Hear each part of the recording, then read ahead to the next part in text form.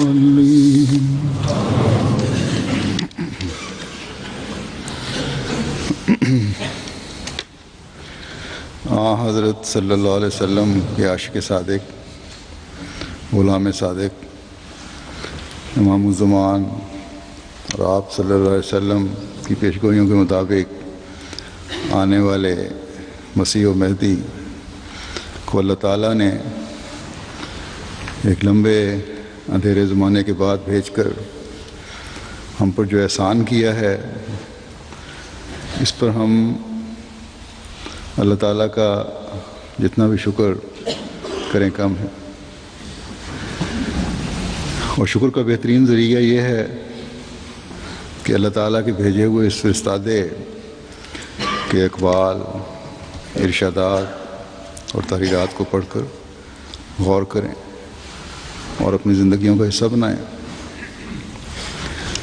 یہ جو اللہ تعالیٰ نے فرمایا ہے قرآن شریف میں کہ کونوا مع الصادقین، کہ صادقین کے ساتھ ہو جاؤ، صادقین کی صحبت سے فیض پاؤ۔ اس کے سب سے خوبصورت نظارے تو ہمیں اس وقت ملتے ہیں جب صحابہ رضوان اللہ علیہ نے حضرت صلی اللہ علیہ وسلم کے وجود سے فیض پاتے ہوئے آپ کی مجالس اور صحبت کا بھرپور فائدہ اٹھایا، اور ہمیں آپ صلی اللہ علیہ وسلم کے ارشادات پہنچائے، آپ کی مجالس کے تذکرے سنائے، آپ کی نصائح ہم تک پہنچائیں۔ پھر یہ دوسرا زمانہ ہے جس میں آپ صلی اللہ علیہ وسلم کے غلام صادق کا ظہور ہوا۔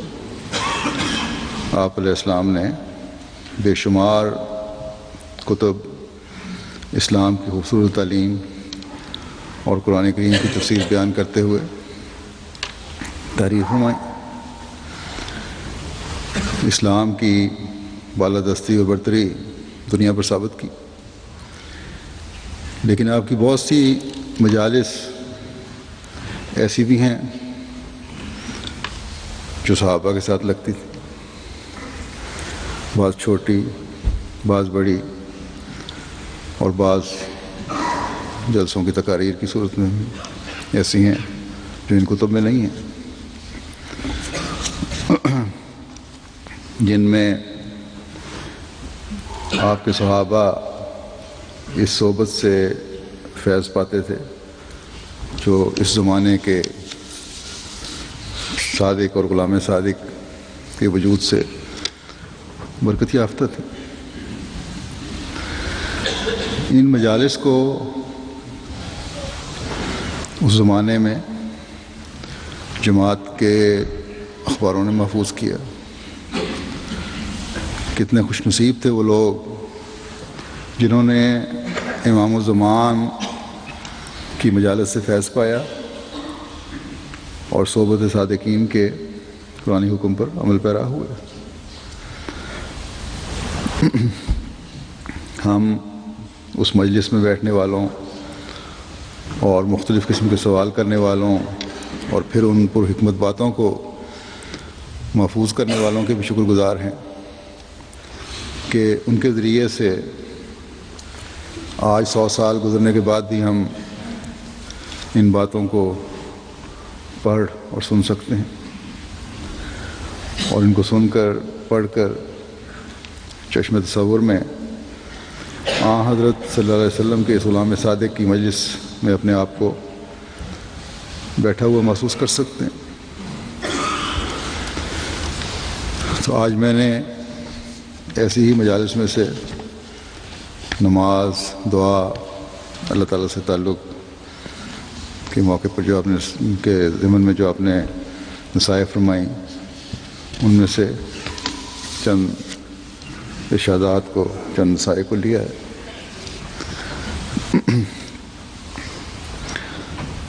اپنی 1907 کے جلسے کی ایک تقریر میں، جو ایک لمبی تقریر ہے، ایک جگہ فرماتے ہیں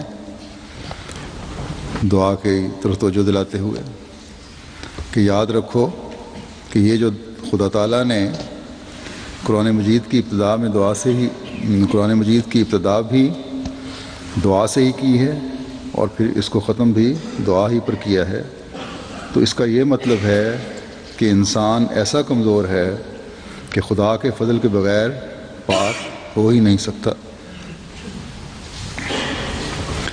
اور جب تک خدا تعالیٰ سے مدد اور نصرت نہ ملے یہ نیکی میں ترقی کر ہی نہیں سکتا۔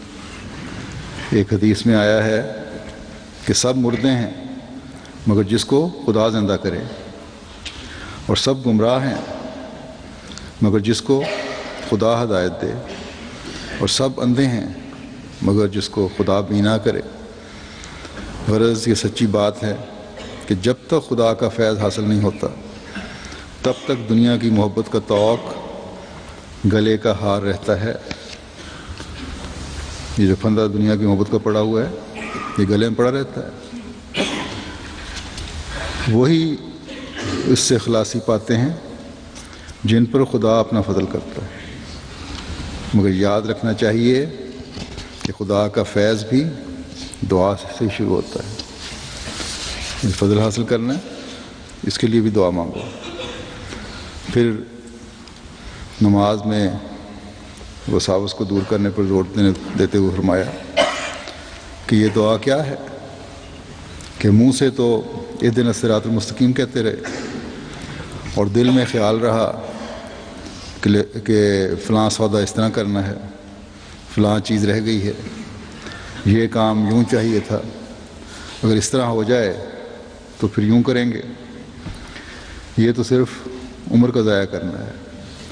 جب تک انسان کتاب اللہ کو مقدم نہیں کرتا اور اسی کے مطابق عمل درآمد نہیں کرتا تب تک اس کی نمازیں محض وقت کا ضائع کرنا ہے۔ اس کے لیے پھر وہی آپ نے بتایا کہ دعا کرو۔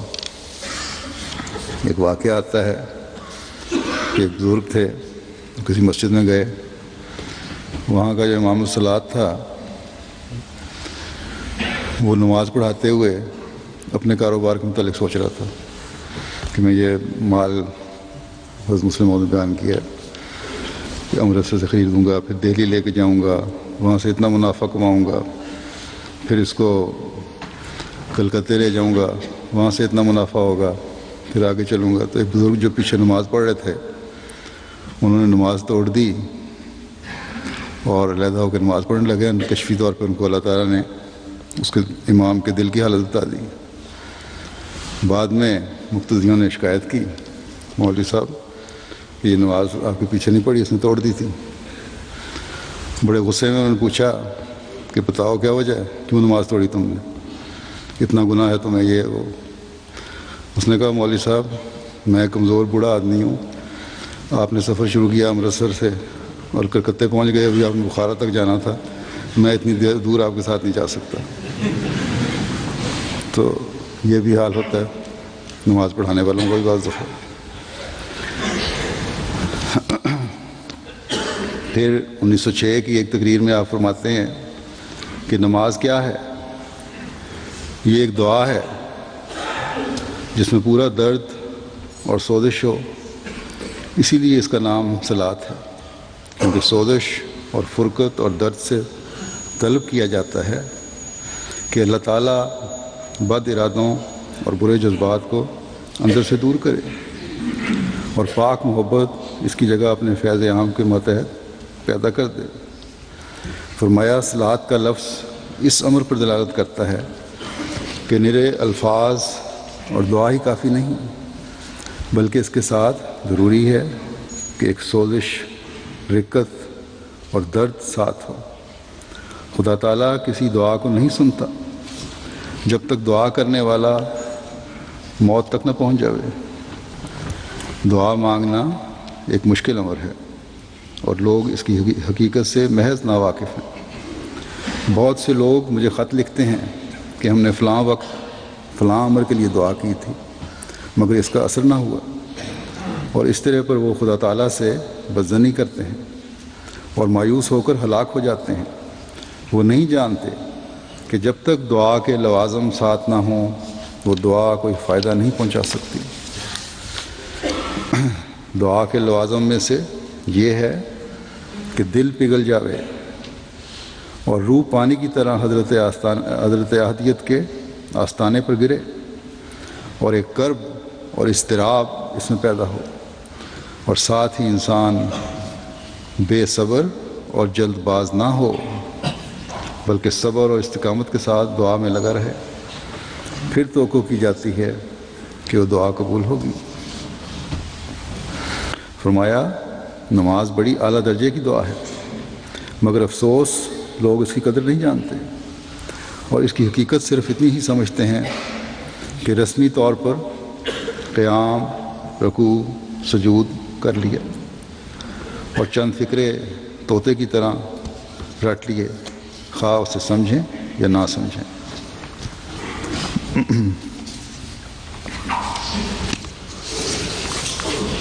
فرمایا کہ یاد رکھو کہ ہمیں اور ہر ایک طالب حق کو نماز ایسی نعمت کے ہوتے ہوئے، یعنی نماز جیسی نعمت کے ہوتے ہوئے کسی اور بدعت کی ضرورت نہیں ہے۔ حضرت صلی اللہ علیہ وسلم جب کسی تکلیف یا ابتلا کو دیکھتے تو فوراً نماز میں کھڑے ہو جاتے تھے، اور ہمارا اپنا اور ان راست بازوں کا جو پہلے ہو گزرے ہیں ان سب کا تجربہ ہے کہ نماز سے بڑھ کر خدا کی طرف لے جانے والی کوئی چیز نہیں۔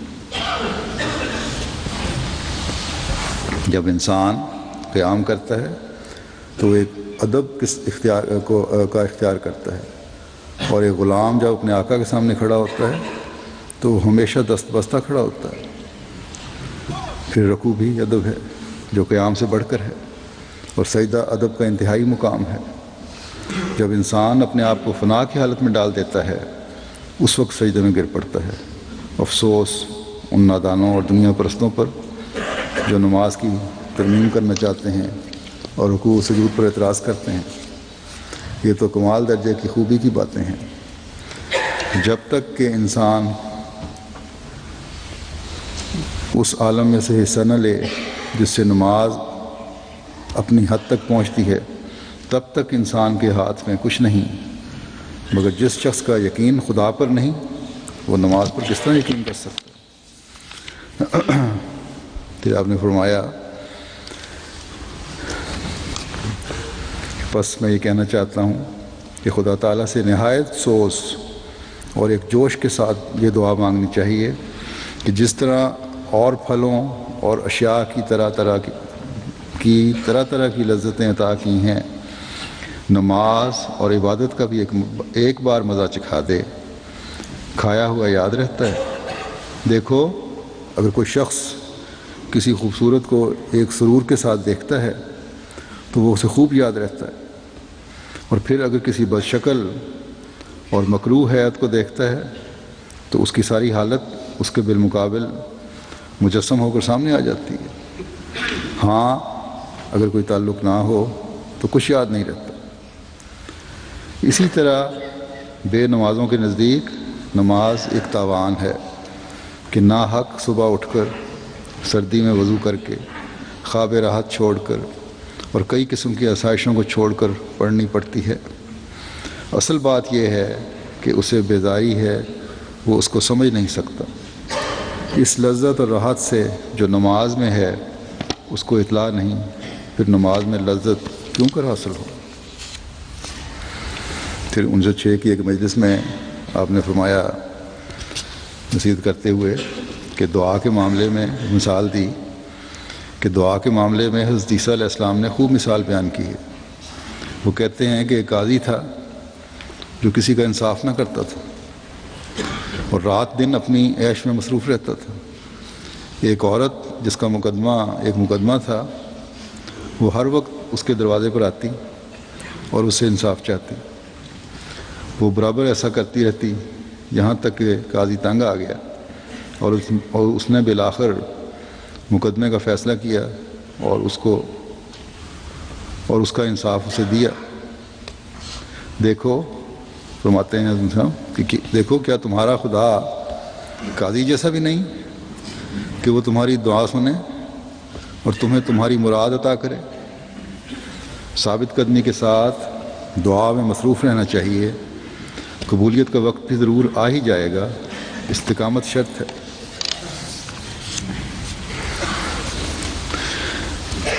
پھر ایک جگہ فرمایا آپ نے مجلس میں کہ دیکھو، نماز کو رسم اور عادت کے رنگ میں پڑھنا مفید نہیں، بلکہ ایسے نمازیوں پر تو خود خدا تعالیٰ نے لعنت اور ویل بھیجا ہے، چہ جائے کہ ان کی نماز کو قبولیت کا شرف حاصل ہو۔ ویل للمصلین خود خدا تعالیٰ نے فرمایا ہے۔ یہ ان نمازیوں کے حق میں ہے جو نماز کی حقیقت سے اور اس کے مطالب سے بے خبر ہے۔ صحابہ رضوان اللہ علیہم تو خود عربی زبان رکھتے تھے اور اس کی حقیقت کو خوب سمجھتے تھے، مگر ہمارے واسطے یہ ضروری ہے کہ اس کے معنی سمجھیں اور اپنی نماز میں اس طرح حلاوت پیدا کریں، مگر ان لوگوں نے تو ایسا سمجھ لیا ہے جیسے کہ دوسرا نبی آ گیا ہے اور اس نے گویا نماز کو منسوخ ہی کر دیا۔ یعنی بجائے اس کے کہ نماز کو سمجھیں، نماز کو اس طرح بنا لیا ہے اور صرف رسمی چیزیں رہ گئی ہیں، جیسا کہ حکم بھی نئے آ گئے ہیں اور کسی نئے نبی نے حکم دے دیے ہیں۔ فرمایا دیکھو، خدا تعالیٰ کا اس میں فائدہ نہیں بلکہ خود انسان ہی کا اس میں بھلا ہے کہ اس کو خدا تعالیٰ کی حضوری کا موقع دیا جاتا ہے اور عرض معروض کرنے کی عزت عطا کی جاتی ہے، جس سے بہت سی مشکلات سے نجات پا سکتا ہے۔ میں حیران ہوں کہ وہ لوگ کیوں کر زندگی بسر کرتے ہیں جن کا دن بھی گزر جاتا ہے، رات بھی گزر جاتی ہے، مگر وہ نہیں جانتے کہ ان کا کوئی خدا بھی ہے۔ یاد رکھو، ایسا انسان آج بھی ہلاک ہوا اور کل بھی۔ فرمایا، میں ایک ضروری نصیحت کرتا ہوں، کاش لوگوں کے دل میں پڑ جاوے۔ دیکھو، عمر گزری جا رہی ہے، غفلت کو چھوڑ دو اور تضرع اختیار کرو۔ اکیلے ہو کر خدا تعالیٰ سے دعا کرو کہ خدا ایمان کو سلامت رکھے اور تم پر وہ راضی اور خوش ہو جائے۔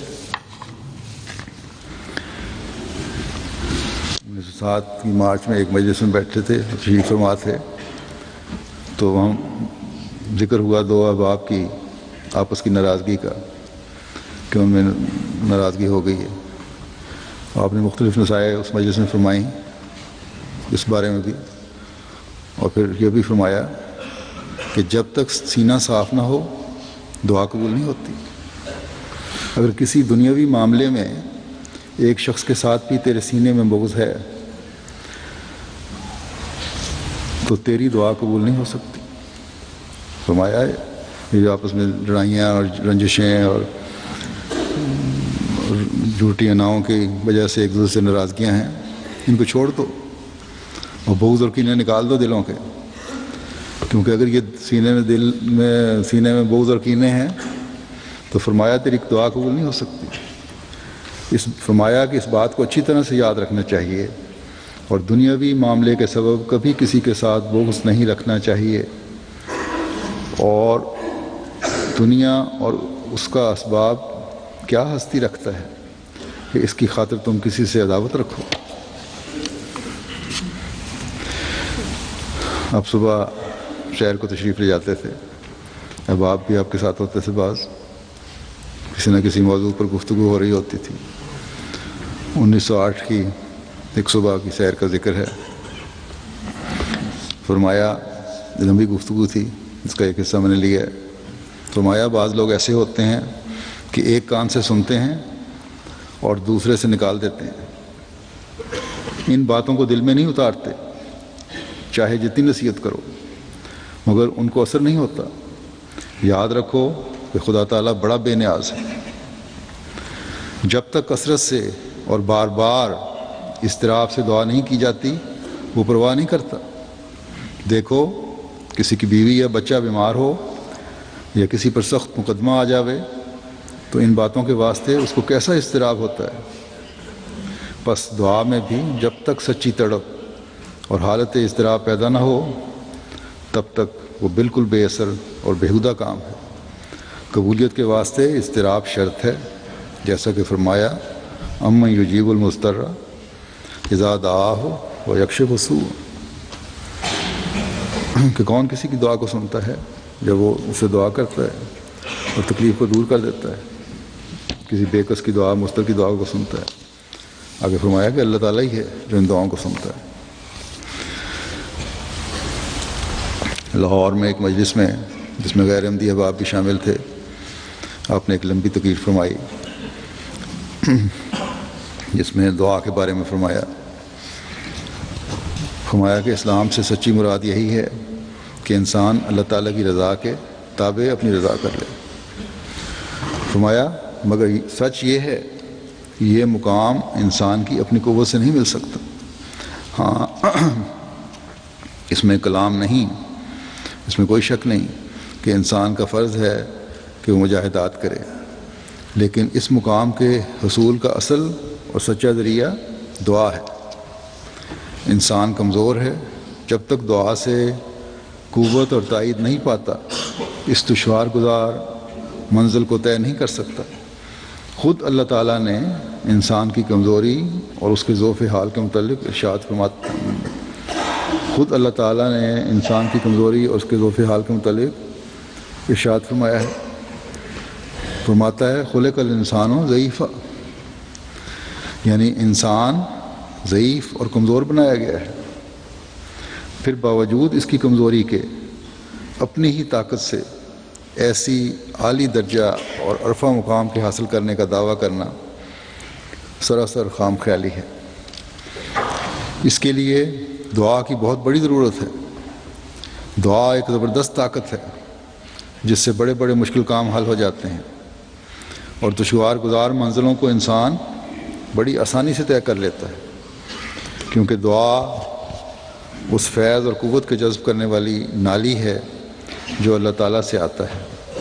جو شخص کثرت سے دعاؤں میں لگا رہتا ہے وہ آخر اس فیض کو کھینچ لیتا ہے اور خدا تعالیٰ سے تائید یافتہ ہو کر اپنے مقاصد کو پا لیتا ہے۔ ہاں نری دعا خدا تعالیٰ کا منشا نہیں ہے، بلکہ اول تمام مسائی اور مجاہدات کو کام میں لائے، پوری کوشش کرے اور اس کے ساتھ دعا سے کام لے، اسباب سے کام لے۔ اسباب سے کام نہ لینا اور نری دعا سے کام لینا یہ آداب الدعا سے ناواقفی ہے اور خدا تعالیٰ کو آزمانا ہے، اور نرے اسباب پر گر رہنا اور دعا کو لاش محض سمجھنا یہ دہریت ہے۔ یعنی سمجھو، یقیناً سمجھو کہ دعا بڑی دولت ہے۔ جو شخص دعا کو نہیں چھوڑتا اس کے دین اور دنیا پر آفت نہ آئے گی۔ وہ ایک ایسے قلعے میں محفوظ ہے جس کے ارد گرد مسلح سپاہی ہر وقت حفاظت کرتے ہیں، لیکن جو دعاؤں سے لاپرواہ ہے وہ اس شخص کی طرح ہے جو خود بے ہتھیار ہے اور اس پر کمزوری بھی ہے، اور پھر ایسے جنگل میں ہے جو درندوں اور موذی جانوروں سے بھرا ہوا ہے۔ وہ سمجھ سکتا ہے کہ اس کی خیر ہرگز نہیں ہے۔ ایک لمحے میں وہ موذی جانوروں کا شکار ہو جائے گا اور اس کی ہڈی بوٹی نظر نہ آئے گی۔ اس لیے یاد رکھو کہ انسان کی بڑی سعادت اور اس کی حفاظت کا اصل ذریعہ ہی یہی دعا ہے۔ یہی دعا اس کے لیے پناہ ہے اگر وہ ہر وقت اس میں لگا رہے۔ پھر ایک مجلس میں جو لاہور میں ہی تھی، آپ نے فرمایا کہ درستی اخلاق کے بعد دوسری بات یہ ہے کہ دعا کے ذریعے سے خدا تعالیٰ کی پاک محبت حاصل کی جاوے۔ اپنے اخلاق درست کرو، اس کے بعد دعا کے ذریعے اللہ تعالیٰ کی پاک محبت حاصل کرنے کی کوشش کرو۔ ہر ایک قسم کے گناہ اور بدی سے دور رہے اور ایسی حالت میسر ہو کہ جس قدر اندرونی آلودگیاں ہیں ان سب سے الگ ہو کر ایک مصفہ قطرہ کی طرح بن جاوے۔ جب تک یہ حالت میسر نہ ہوگی تب تک خطرہ ہی خطرہ ہے، لیکن دعا کے ساتھ تدابیر کو نہ چھوڑے، کیونکہ اللہ تعالیٰ تدبیر کو بھی پسند کرتا ہے، اور اسی لیے فالمدبرات امرا کہہ کر قرآن شریف میں قسم بھی کھائی ہے۔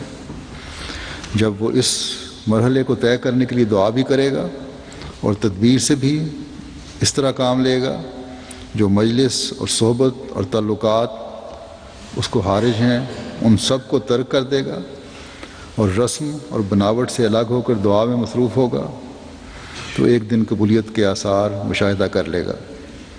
یہ لوگوں کی غلطی ہے کہ وہ کچھ عرصہ دعا کر کے پھر رہ جاتے ہیں اور شکایت کرتے ہیں کہ ہم نے اس قدر دعا کی مگر قبول نہ ہوئی، حالانکہ دعا کا حق تو ان سے ادا ہی نہیں ہوا۔ تو قبول کیسے ہو؟ اگر ایک شخص کو بھوک لگی ہو یا سخت پیاس ہو اور وہ صرف ایک دانہ یا ایک قطرہ لے کر شکایت کرے کہ مجھے سحری حاصل نہیں ہوئی، تو کیا اس کی شکایت بجا ہوگی؟ ہرگز نہیں۔ جب تک وہ پوری مقدار کھانے اور پینے کی نہ لے گا تب تک کچھ فائدہ نہ ہوگا۔ یہی حال دعا کا ہے۔ اگر انسان لگ کر اسے کرے اور پورے آداب سے بجا لاوے، وقت بھی میسر آوے، تو امید ہے کہ ایک دن اپنی مراد کو پا لے۔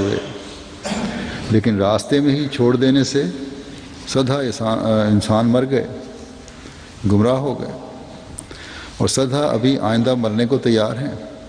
اگر راستے میں چھوڑ دو گے تو گمراہ ہونے کو تیار ہیں۔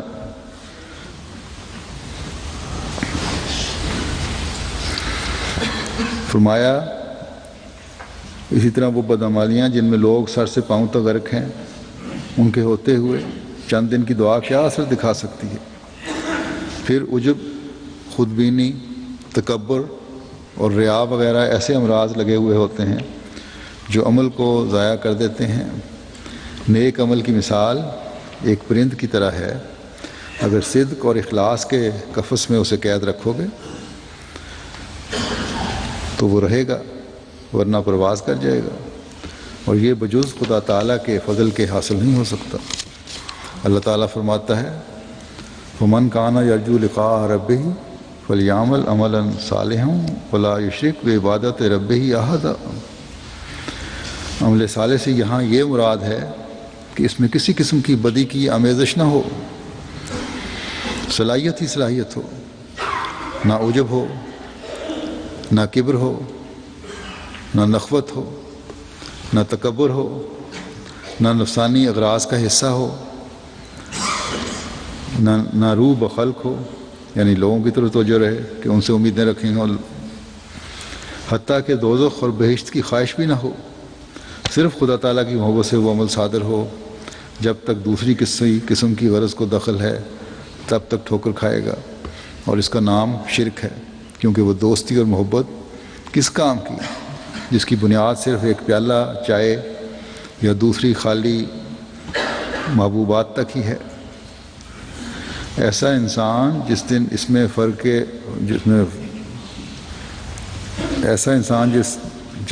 میں فرق آتا دیکھے گا اسی دن قطع تعلق کر دے گا۔ جو لوگ خدا تعالیٰ سے اس لیے تعلق باندھتے ہیں کہ ہمیں مال ملے یا اولاد حاصل ہو یا ہم فلاں امور میں کامیاب ہو جائیں، ان کے تعلقات عارضی ہوتے ہیں اور ایمان بھی خطرے میں ہے۔ جس دن ان کے اغراض کو کوئی صدمہ پہنچا، یعنی اپنی ذاتی خواہشات کو کوئی نقصان پہنچا، نہ پوری ہوئیں، اسی دن ایمان میں فرق آ جائے گا۔ اس لیے پکا مومن وہ ہے جو کسی سہارے پر خدا تعالیٰ کی عبادت نہیں کرتا۔ خدا تعالیٰ کی عبادت اس لیے نہیں کرتا کہ یہ ہوگا تو تب میں بات کروں گا۔ پھر 1904 کے اگست میں لاہور کی ایک مجلس ہے، یہاں فرماتے ہیں کہ بہت ہیں کہ زبان سے تو خدا تعالیٰ کا اقرار کرتے ہیں، لیکن اگر ٹٹول کر دیکھو تو معلوم ہوگا کہ ان کے اندر دہریت ہے، کیونکہ دنیا کے کاموں میں جب مصروف ہوتے ہیں تو خدا تعالیٰ کے قہر اور اس کی عظمت کو بالکل بھول جاتے ہیں۔ اس لیے یہ بات بہت ضروری ہے کہ تم لوگ دعا کے ذریعے اللہ تعالیٰ سے معرفت طلب کرو۔ بغیر اس کے یقین کامل ہرگز نہیں ہو سکتا۔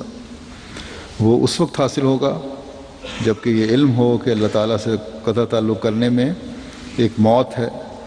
گناہ سے بچنے کے لیے جہاں دعا کرو وہاں ساتھ ہی تدابیر کے سلسلے کو ہاتھ سے نہ چھوڑو۔ گناہ سے بچنے کے لیے دعا کرو، ساتھ تدبیر بھی کرو۔ اور تمام محفلیں اور مجلسیں جن میں شامل ہونے سے گناہ کی تحریک ہوتی ہے ان کو ترک کرو۔ یہ بڑا ضروری ہے نوجوانوں کے لیے خاص طور پر کہ تمام محفلیں، مجلسیں، دنیاوی لغویات جن سے گناہ کی تحریک ہوتی ہے ان کو ترک کرو، اور ساتھ ہی ساتھ دعا بھی کرتے رہو۔ اور خوب جان لو کہ ان آفات سے جو قضاء و قدر کی طرف سے انسان کے ساتھ پیدا ہوتی ہیں، جب تک خدا تعالیٰ کی مدد ساتھ نہ ہو ہرگز رہائی نہیں ہوتی۔ نماز جو کہ 5 وقت ادا کی جاتی ہے، اس میں بھی یہی اشارہ ہے کہ اگر وہ نفسانی جذبات اور خیالات سے اسے محفوظ نہ رکھے گا تب تک وہ سچی نماز ہرگز نہیں ہوگی۔ نماز کے معنی ٹکریں مار لینے اور رسم اور عادت کے طور پر ادا کرنے کے ہرگز نہیں۔ نماز وہ شے ہے جسے دل بھی محسوس کرے کہ روح پگھل کر خوفناک حالت میں آستانہ الوہیت پر گر پڑے۔ جہاں تک طاقت ہے وہاں تک رکت کے پیدا کرنے کی کوشش کرے اور تضرع سے دعا مانگے کہ شوخی اور گناہ جو اندر نفس میں ہیں وہ دور ہوں۔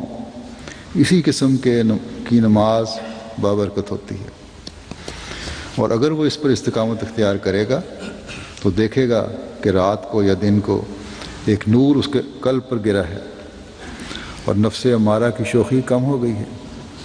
جیسے اژدہا میں ایک سم قاتل ہے، اسی طرح نفس امارہ بھی سم قاتل ہی ہوتا ہے، اور جس نے اسے پیدا کیا اسی کے پاس اس کا علاج ہے۔ یعنی خدا تعالیٰ نے قد بنایا ہے تو جتنے گناہ ہیں، یہ جو نقصان دہ چیزیں ہیں، ان کا علاج بھی اللہ تعالیٰ سے مانگو، لیکن خالص ہو کر، خود کوشش کرتے ہوئے۔ پھر 1904 میں ایک مجلس میں جہاں نئے بیعت کرنے والے شامل تھے، آپ نے نصیحت کرتے ہوئے فرمایا کہ دعا کے لیے انسان کو اپنے خیال اور دل کو ٹٹولنا چاہیے کہ آیا اس کا میلان دنیا کی طرف ہے یا دین کی طرف، یعنی کثرت سے وہ دعائیں دنیاوی آسائش کے لیے ہیں یا دین کی خدمت کے لیے۔ یہ بڑی نوٹ کرنے والی چیز ہے۔ یہ دیکھو تمہارا میلان کس طرف ہے، دنیا کے لیے طرف یا دین کی طرف، اور اس کا معیار کیا بنایا؟ فرمایا کہ یہ دیکھو جو تم دعائیں کرتے ہو ان میں زیادہ تر دعائیں تمہاری دنیاوی آسائشوں کے لیے ہیں، دنیاوی ضروریات کے لیے ہیں یا دین کے لیے ہیں یا دین کی خدمت کے لیے۔ پس اگر معلوم ہو کہ اٹھتے بیٹھتے اور لیٹتے ہوئے اسے دنیاوی افکار ہی لاحق ہیں اور دین مقصود نہیں، تو اسے اپنی حالت پر رونا چاہیے۔ اگر صرف دنیاوی فکریں ہی ہیں اور دین مقصد نہیں ہے اس کا، فرمایا کہ اسے اپنی حالت پر رونا چاہیے۔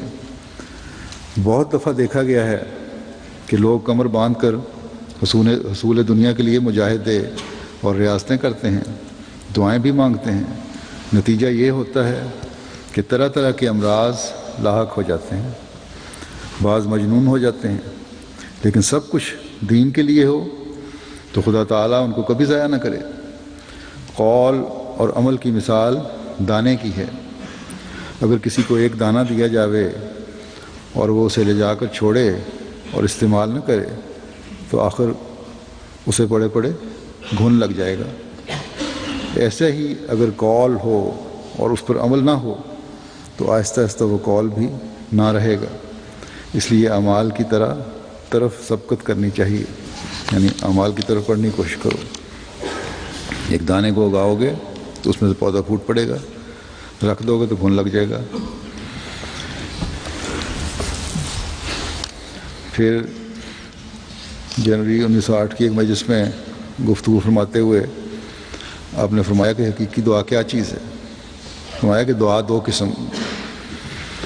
قسم کی ہے، ایک تو معمولی طور سے، دوم وہ جب انسان اسے انتہا تک پہنچا دیتا ہے، بس یہی دعا حقیقی معنوں میں دعا کہلاتی ہے۔ انسان کو چاہیے کہ کسی مشکل پڑنے کے بغیر بھی دعا کرتا رہے۔ یہ ضروری نہیں کہ جب مشکلات آئیں تبھی دعا کرنی ہے، بلکہ عام حالات میں بھی دعا کرتا رہے، کیونکہ اسے کیا معلوم کہ خدا تعالیٰ کے کیا ارادے ہیں اور کل کیا ہونے والا ہے۔ بس پہلے سے دعا کرو تب بچائے جاؤ۔ بعض وقت بلا اس طور پر آتی ہے کہ انسان دعا کی مہلت ہی نہیں پاتا، بس پہلے اگر دعا کر رکھی ہو تو اس آڑے وقت میں کام آتی ہے۔ یہ ہے دعا کی اہمیت۔ پھر اپنی ایک تقریر کے دوران آپ نے فرمایا کہ انسان کی ظاہری بناوٹ، اس کے 2 ہاتھ 2 پاؤں کی ساخت ایک دوسرے کی امداد کا رہنما ہے۔ جب یہ نظارہ خود انسان میں موجود ہے پھر کس قدر حیرت اور تعجب کی بات ہے کہ وہ تعاون علی البر والتقویٰ کے معنی سمجھنے میں مشکلات کو دیکھے۔ یعنی انسانی جسم پہ ہاتھ ہیں، پاؤں ہیں، یہ جو انسانی بناوٹ ہے جسم کی، ہر جسم کا عضو جو ہے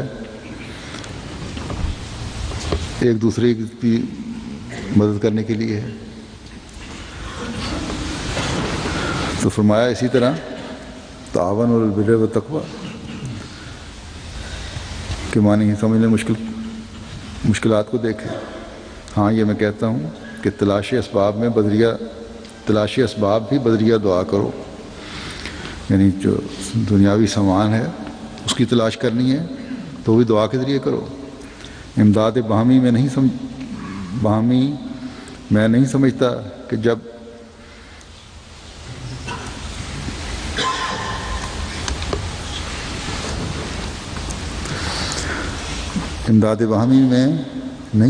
جب میں تمہارے جسم کے اندر اللہ تعالیٰ کا ایک قائم کردہ سلسلہ اور کامل رہنما سلسلہ دکھاتا ہوں تو مجھ سے انکار کرو۔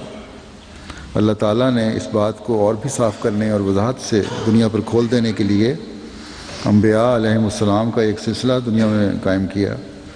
اللہ تعالیٰ اس بات پر قادر تھا اور قادر ہے کہ اگر وہ چاہے تو کسی قسم کی امداد کی ضرورت ان رسولوں کو باقی نہ رہنے دے، مگر پھر بھی ایک وقت ان پر آتا ہے کہ وہ من انصاری اللہ کہنے پر مجبور ہوتے ہیں۔ کیا وہ ایک ٹکڑ گدا فقیر کی طرح بولتے ہیں؟ نہیں، من انصاری اللہ کہنے کی بھی ایک شان ہوتی ہے۔ وہ دنیا کو رعایت اسباب سکھانا چاہتے ہیں۔ انبیاء جب من انصاری اللہ کہتے ہیں، کون ہے اللہ کے لیے میرے مددگار، تو ان کو ضرورت نہیں ہوتی۔ فرمایا وہ دنیا کو رعایت اسباب سکھانا چاہتے ہیں، یہ بھی دنیا کو سکھانے کے لیے، یہ جو دعا کا ایک شعبہ ہے، ورنہ اللہ تعالیٰ پر ان کو کامل ایمان، اس کے وعدوں پر پورا یقین ہوتا ہے۔ وہ جانتے ہیں کہ اللہ تعالیٰ کا وعدہ ہے کہ انا لننصر رسولنا والذین آمنوا فی الحیات دنیا، ایک یقینی اور حتمی وعدہ ہے۔ میں کہتا ہوں کہ بھلا اگر خدا کسی کے دل میں مدد کا خیال نہ ڈالے تو کوئی کیوں کر مدد دے سکتا ہے؟ اصل بات یہی ہے کہ حقیقی معاون و ناصر وہی پاک ذات ہے جس کی شان ہی نعم المولا والنعم الوکیل و نعم النصیر، دنیا اور دنیا کی جس کی شان ہے نعم المولا و نعم الوکیل و نعم النصیر، دنیا اور دنیا کی مددیں اور ان لوگوں کے سامنے دنیا اور دنیا کی مددیں ان لوگوں کے سامنے کل میت ہوتی ہیں اور مردہ کیڑے کے برابر بھی حقیقت نہیں رکھتی ہیں۔ لیکن دنیا کو دعا کا ایک موٹا طریق بتلانے کے لیے وہ یہ راہ بھی اختیار کرتے ہیں، وہ حقیقت میں اپنے کاروبار کا متولی خدا تعالیٰ ہی کو جانتے ہیں، اور یہ بات بالکل سچ ہے۔ واہ ہوا یتولی الصالحین، اللہ تعالیٰ ان کو مامور کر دیتا ہے کہ وہ اپنے کاروبار کو دوسروں کے ذریعے سے ظاہر کریں۔ ہمارے رسول اللہ صلی اللہ علیہ وسلم مختلف مقامات پر مدد کا آغاز کرتے تھے، اسی لیے کہ وہ وقت نصرت الہی کا تھا، اس کو تلاش کرتے تھے۔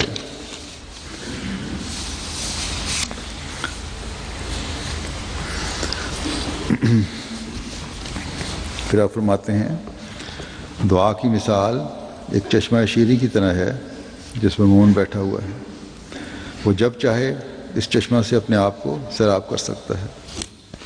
جس طرح ایک مچھلی بغیر پانی کے زندہ نہیں رہ سکتی، اسی طرح مومن کا پانی دعا ہے کہ جس کے بغیر وہ زندہ نہیں رہ سکتا۔ اس دعا کا ٹھیک محل نماز ہے، جس میں وہ راحت اور سرور مومن کو ملتا ہے کہ جس کے مقابل ایک عیاش کا کامل درجے کا سرور جو اسے کسی بدماشی میں میسر آ سکتا ہے ہیچ ہے۔ بڑی بات جو دعا میں حاصل ہوتی ہے وہ قرب الہی ہے۔ دعا کے ذریعے ہی انسان خدا تعالیٰ کے نزدیک ہو جاتا اور اسے اپنی طرف کھینچتا ہے۔ جب مومن کی دعا میں پورا اخلاص اور انقطاع پیدا ہو جاتا ہے تو خدا تعالیٰ کو بھی اس پر رحم آ جاتا ہے اور خدا تعالیٰ اس کا متولی ہو جاتا ہے۔ اگر انسان اپنی زندگی پر غور کرے تو الہی تولی کے بغیر انسانی زندگی قطعاً تلخ ہو جاتی ہے۔ دیکھ لیجئے، جب انسان حد بلوغت کو پہنچتا ہے اور اپنے نفع نقصان کو سمجھنے لگتا ہے تو نامرادیوں اور ناکامیابیوں اور قسم قسم کے مصائب کا ایک لمبا سلسلہ شروع ہو جاتا ہے اور وہ ان سے بچنے کے لیے طرح طرح کی کوششیں کرتا ہے، دولت کے ذریعے، تعلق حکام کے ذریعے، قسم قسم کے ہیلا و فریب کے ذریعے۔ جب مصائب دنیا میں آتے ہیں شروع ہو جائے تو بچنے کے لیے کیا کرتا ہے وہ؟ اگر اس کے پاس دولت ہے، پیسہ ہے تو اس کو استعمال کرتا ہے اس سے بچنے کے لیے۔ اگر اس کے بڑے افسران سے تعلقات ہیں تو ان تعلقات کو استعمال کرتا ہے، یا مختلف قسم کے ہیلے اور فریب دھوکے کے ذریعے سے کسی نہ کسی طریقے سے وہ بچاؤ کی راہ نکالتا ہے، لیکن مشکل ہے کہ وہ اس میں کامیاب ہو۔ بعض وقت اس کی تلخ کامیوں کا انجام خودکشی ہو جاتی ہے۔ اب اگر ان دنیا داروں کے غموم و ہموم اور تکالیف کا مقابلہ اہل اللہ یا انبیاء کے مصائب کے ساتھ کیا جاوے تو انبیاء علیہم السلام کے مصائب کے مقابل اول و ذکر جماعت کے مصائب بالکل ہیچ ہیں، لیکن یہ مصائب و شدائد اس پاک گروہ کو رنجیدہ یا محزون نہیں کر سکتے۔ انبیاء اور اولیاء کو جو مشکلات آتی ہیں رنجیدہ نہیں کرتی، افسردہ نہیں کرتی، ان کی خوشحالی اور سرور میں فرق نہیں آتا، کیونکہ وہ اپنی دعاؤں کے ذریعے خدا تعالیٰ کی تولی میں پھر رہے ہیں۔ دیکھو، اگر ایک شخص کا ایک حاکم سے تعلق ہو اور مثلا اس حاکم نے اسے اطمینان بھی دیا ہو کہ وہ اپنے مصائب کے وقت اس سے استعانت کر سکتا ہے، تو ایسا شخص کسی ایسی تکلیف کے وقت جس کی گرہ کشائی اس حاکم کے ہاتھ میں ہے، عام لوگوں کے مقابل کم درجہ رنجیدہ اور غمناک ہوتا ہے۔ تو پھر وہ مومن جس کا اس قسم کا بلکہ اس سے بھی زیادہ مضبوط تعلق حاکم الحاکمین سے ہو، وہ کب مصائب و شدائد کے وقت گھبراوے گا؟ انبیاء علیہم السلام پر جو مصیبتیں آتی ہیں، اگر ان کا عشر عشیر بھی ان کے غیر پر وارد ہو تو اس میں زندگی کی طاقت باقی نہ رہے۔ یہ لوگ جب دنیا میں بغرض اصلاح آتے ہیں تو ان کی کل دنیا دشمن ہو جاتی ہے، لاکھوں آدمی ان کے خون سے پیاسے ہو جاتے ہیں، خون کے پیاسے ہو جاتے ہیں، لیکن یہ خطرناک دشمن بھی ان کے اطمینان میں خلل انداز نہیں ہو سکتے۔ اگر ایک شخص کا ایک دشمن بھی ہو تو کسی لمحے بھی اس کے شر سے امن میں نہیں رہتا، چہ جائے کہ ملک کا ملک ان کا دشمن ہو، اور پھر یہ لوگ باامن زندگی بسر کریں۔ ان تمام تلخ کامیوں کو ٹھنڈے دل سے برداشت کر لیں۔ یہ برداشت ہی معجزہ و کرامت ہے۔ رسول اکرم صلی اللہ علیہ وسلم کی استقامت ان کے لاکھوں معجزوں سے بڑھ کر ایک معجزہ ہے۔ کل قوم کا ایک طرف ہونا، دولت، سلطنت، دنیاوی وجاہت، حسینہ جمیلہ بیویاں وغیرہ سب کچھ کے لالچ قوم کا اس شروط پر دینا کہ وہ اعلی کلمت اللہ لا الہ الا اللہ سے رک جائیں، لیکن ان سب کے مقابل جناب رسالت و آپ کا فرمانا کہ میں اگر اپنے نفس سے کرتا تو یہ سب باتیں قبول کرتا، میں تو حکم خدا کے ماتحت یہ سب کچھ کر رہا ہوں، اور پھر دوسری طرف سب تکالیف کی برداشت کرنا، یہ ایک فوق طاقت معجزہ ہے۔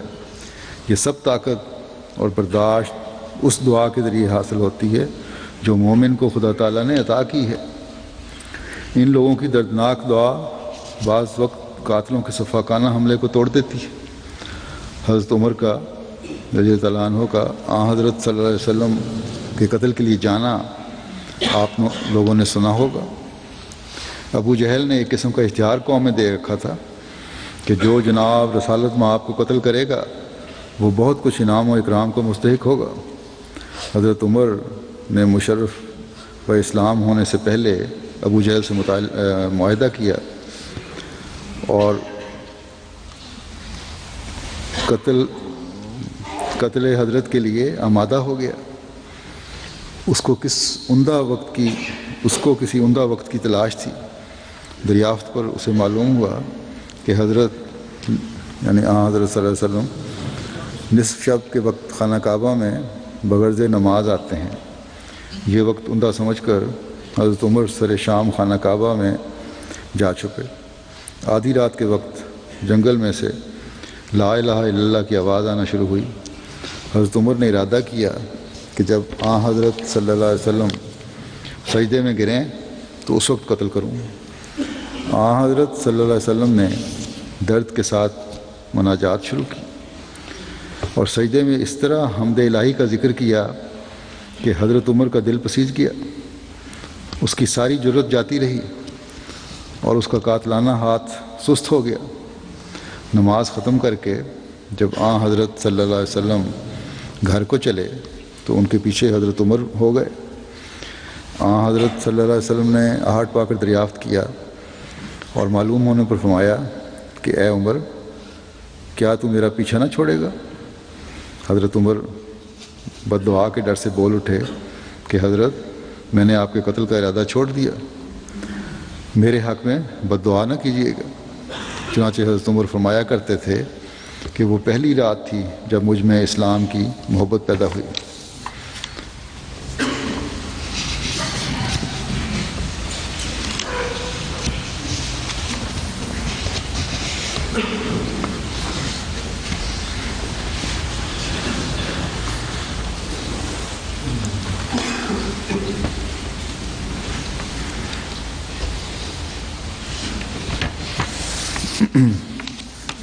آپ فرماتے ہیں دوران گفتگو مجلس میں فرمایا کہ دشمن بد اندیش صرف عداوت کے سبب ہماری ہر بات اور ہر فعل پر اعتراض کرتا ہے کیونکہ اس کا دل خراب ہے، اور جب کسی کا دل خراب ہوتا ہے تو پھر چاروں طرف اندھیرا ہی نظر آتا ہے۔ یہ نادان کہتے ہیں کہ وہ اپنی جگہ پر بیٹھے ہیں اور کچھ کام نہیں کرتے، مگر وہ خیال نہیں کرتے کہ مسیح موعود کے متعلق یعنی آپ کے متعلق فرمایا کہ اپنی جگہ پہ بیٹھے وہ کام نہیں کرتے، مگر وہ خیال نہیں کرتے کہ مسیح موعود کے متعلق کہیں یہ نہیں لکھا کہ وہ تلوار پکڑے گا، اور نہ یہ لکھا ہے کہ وہ جنگ کرے گا، بلکہ یہی لکھا ہے کہ مسیح کے دم سے کافر مریں گے۔ یعنی وہ اپنی دعا کے ذریعے سے تمام کام کرے گا۔ اگر میں جانتا کہ میرے باہر نکلنے سے اور شہروں میں پھرنے سے کچھ فائدہ ہو سکتا ہے تو میں ایک سیکنڈ بھی یہاں نہ بیٹھتا، مگر میں جانتا ہوں کہ پھرنے میں سوائے پاؤں گھسانے کے اور کوئی فائدہ نہیں ہے، اور یہ سب مقاصد جو ہم حاصل کرنا چاہتے ہیں صرف دعا کے ذریعے سے حاصل ہو سکیں گے۔ دعا میں بڑی قوتیں ہیں۔ فرمایا، کہتے ہیں کہ ایک دفعہ ایک بادشاہ ایک ملک پر چڑھائی کرنے کے واسطے نکلا۔ راستے میں ایک فقیر نے اس کے گھوڑے کی باگ پکڑ لی اور کہا کہ تم آگے مت بڑھو ورنہ میں تمہارے ساتھ لڑائی کروں گا۔ بادشاہ حیران ہوا اور اسے پوچھا کہ تو ایک بے سر و سامان فقیر ہے، تو کس طرح میرے ساتھ لڑائی کرے گا؟ فقیر نے جواب دیا کہ میں صبح کی دعاؤں کے ہتھیار سے تمہارے مقابلے میں جنگ کروں گا۔ بادشاہ نے کہا، میں اس کا مقابلہ نہیں کر سکتا۔ یہ کہہ کر وہ واپس چلا گیا۔ غرض دعا میں خدا تعالیٰ نے بڑی قوتیں رکھی ہیں۔ خدا تعالیٰ نے مجھے بار بار بدریہ الہامات کے یہی فرمایا ہے کہ جو کچھ ہوگا دعا ہی کے ذریعے سے ہوگا۔ ہمارا ہتھیار تو دعا ہی ہے اور اس کے سوائے اور کوئی ہتھیار میرے پاس نہیں۔ جو کچھ ہم پوشیدہ مانگتے ہیں خدا تعالیٰ اس کو ظاہر کر کے دکھا دیتا ہے۔ گزشتہ انبیاء کے زمانے میں بعض مخالفین کو نبیوں کے ذریعے سے بھی سزا دی جاتی تھی، مگر خدا جانتا ہے کہ ہم ضعیف اور کمزور ہیں، اس واسطے اس نے ہمارا سب کام اپنے ہاتھ میں لے لیا ہے۔ اسلام کے واسطے اب یہی ایک راہ ہے جس کو خشک ملا اور خشک فلسفی نہیں سمجھ سکتا۔ اگر ہمارے واسطے لڑائی کی راہ کھلی ہوتی تو اس کے لیے تمام سامان بھی مہیا ہو جاتے۔ جب ہماری دعائیں ایک نقطہ پر پہنچ جائیں گی تو جھوٹے خود بخود تباہ ہو جائیں گے۔ نادان دشمن جو سیاہ دل ہے وہ کہتا ہے کہ ان کو سوائے سونے اور کھانے کا اور کچھ کام ہی نہیں ہے، مگر ہمارے نزدیک دعا سے بڑھ کر اور کوئی تیز ہتھیار ہی نہیں۔ سعید وہ ہے جو اس بات کو سمجھے کہ خدا تعالیٰ نے اب دین کو کس راہ سے اللہ تعالیٰ اب دین کو کس راہ سے ترقی دینا چاہتا ہے۔ بس یہ دعا کے مضمون کے چند نمونے ہیں جو میں نے آج آپ کے سامنے پیش کیے ہیں۔ اللہ تعالیٰ ہمیں بھی دعاؤں کے مضمون کو سمجھنے اور اپنی زندگیوں میں لاگو کرنے کی توفیق عطا فرمائے۔ ہمیشہ ہمارے پیش نظر خدا تعالیٰ کی ذات ہو، اس کی رضا کا حصول ہو، ہر آسائش میں بھی اور ہر مشکل میں بھی ہم اللہ تعالیٰ کے حضور جھکنے اور اس سے دعائیں مانگنے کی اہمیت کو سمجھنے والے ہوں۔ ہم اس روح کو سمجھنے والے ہوں کہ حضرت مسیح علیہ الصلوۃ والسلام کے ساتھ رشتہ بیعت جوڑ کر ہم پر کیا ذمہ داریاں عائد ہوتی ہیں، اور یہ بہت بڑی ذمہ داری عائد ہوتی ہے کہ اب ہمارا ہر قول اور فعل اللہ تعالیٰ کی رضا کے حصول کے لیے ہونا چاہیے۔ اللہ تعالیٰ ہمیں اس کی توفیق عطا فرمائے۔ ہم دین کو دنیا پر مقدم کرنے والے ہوں اور اس کے لیے دعائیں کرنے والے ہوں۔ ان دنوں میں جو مخالفین احمدیت کی طرف سے حملے شدت اختیار کر رہے ہیں، جماعت کی حفاظت کے لیے بھی بہت دعائیں کریں۔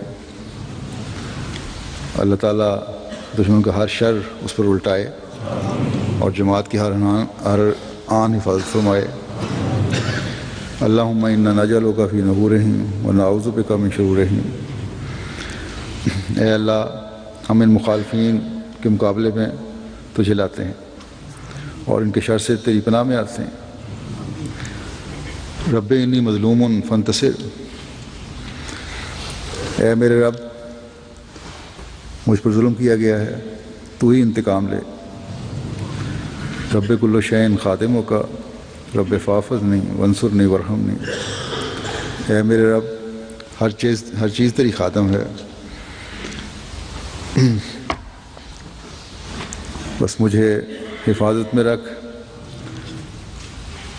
میری مدد فرما اور میری حفاظت فرما اور مجھ پر رحم فرما۔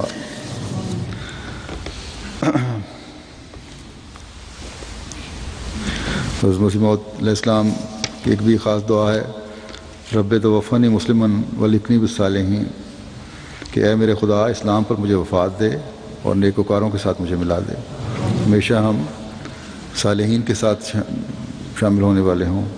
اللہ تعالیٰ ہماری دعائیں قبول فرمائے، ہمیں اس طریق پر چلنے کی توفیق عطا فرمائے جس پر حضرت مسیح علیہ الصلوۃ والسلام ہمیں چلانا چاہتے ہیں۔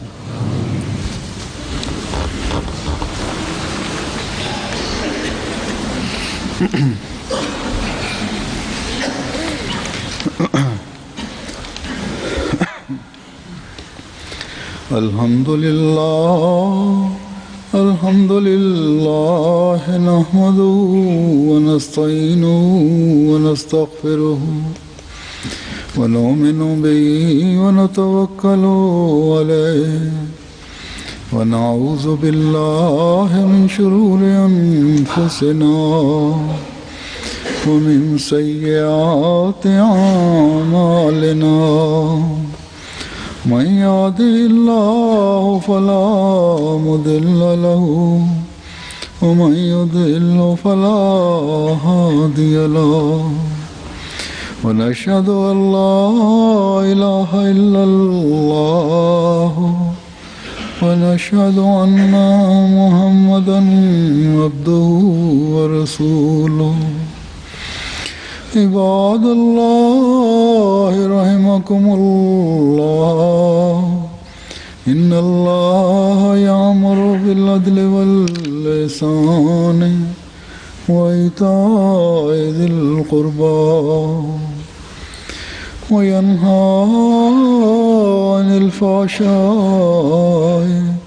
والمنکر والبغی یعظکم لعلکم تذکرون اذکروا اللہ یذکرکم وادعوہ یستجب لکم ولذکر اللہ اکبر۔